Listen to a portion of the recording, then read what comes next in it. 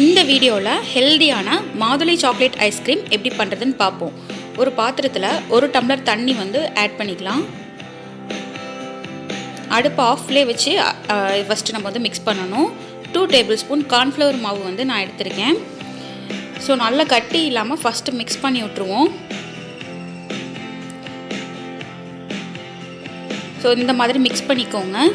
அதுக்கப்புறமா அடுப்பை ஆன் பண்ணிக்கோங்க. ஆன் பண்ணிவிட்டு இப்போ நல்லா கட்டி இல்லாமல் நல்லா மிக்ஸ் பண்ணி விடணும். இது இந்த மாதிரி ஒரு கெட்டியான பதத்துக்கு வந்துட்டுருக்கும்.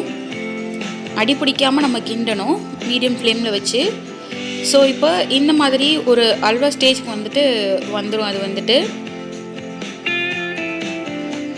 ஸோ இந்த மாதிரி ஒரு கன்சிஸ்டன்சி வந்ததுக்கப்புறமா நம்ம இதை இறக்கி ஆற வச்சிடலாம்.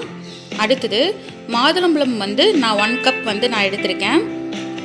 2 மாதுளம்பழம் இதை நல்லா நைஸாக அரைச்சி எடுத்துருவோம். நான் இதை ஃபில்டர் பண்ணலை. நான் அப்படியே கொட்டையோடு தான் நான் யூஸ் பண்ண போகிறேன் நைஸாக அரைச்சி.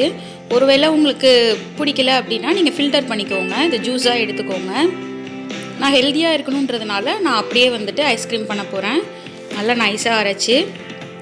இப்போது நம்ம சாக்லேட் ஃப்ளேவரில் பண்ண போகிறதுனால சிம்பிளாக நான் hide and seek chocolate flavour biscuit வாங்கி வச்சுருக்கேன். ஸோ இது நம்ம நல்லா உடச்சி சேர்த்துக்கலாம். இதில் உங்களுக்கு சாக்லேட் ஃப்ளேவர் பிடிக்கல அப்படின்னா வெண்ணிலா எசன்ஸ் இருந்ததுன்னா நீங்கள் 1 டேபிள் ஸ்பூன் ஆட் பண்ணிக்கோங்க. இப்போது இதையும் நல்லா நம்ம அரைக்க போகிறோம்.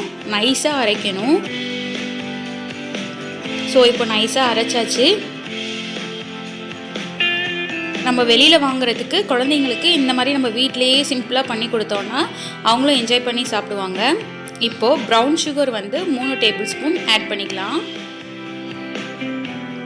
அடுத்தது அந்த கார்ன்ஃப்ளவர் பேஸ்ட் இருக்கு இல்லையா, அதையும் இதில் ஆட் பண்ணிக்கலாம்.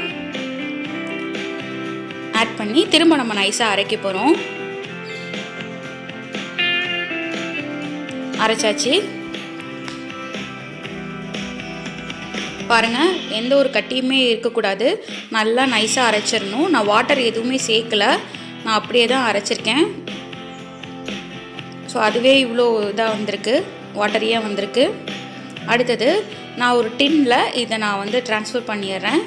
என்கிட்ட அலுமினியமில் எதுவும் இல்லை இந்த மாதிரி பாத்திரம் அதனால் நான் டின் இருக்குது, அதனால் நான் டின்னில் வச்சிட்றேன். உங்ககிட்ட இருந்தால் நீங்கள் அலுமினியம் பாத்திரத்தில் வைங்க. இப்போது இதை 8 மணி நேரம் அப்படி இல்லைன்னா நைட்டு ஃபுல்லாக நம்ம ஃப்ரீசரில் வைக்க போகிறோம். இப்போது 8 மணி நேரம் கழித்து நம்ம எடுத்து பார்த்தோம் அப்படின்னா நமக்கு டேஸ்டியான ஹெல்தியான மாதுளை சாக்லேட் ஐஸ்கிரீம் ரெடி ஆகியாச்சு. இந்த மாதிரி நீங்கள் வீட்டிலே பண்ணிங்கன்னா நமக்கு ஹெல்தியாக இருக்கும். சாக்லேட் பிஸ்கெட் பதிலாக நீங்கள் கொக்கோ பவுடர் இந்த மாதிரிலாம் யூஸ் பண்ணலாம்.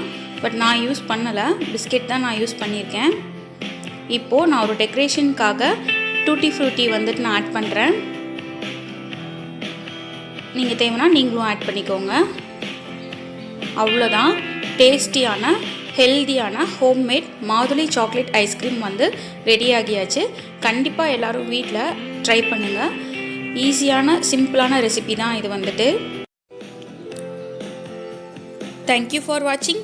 லைக் பண்ணுங்கள், ஷேர் பண்ணுங்கள், மறக்காமல் என்னோடய சேனலை சப்ஸ்கிரைப் பண்ணுங்கள்.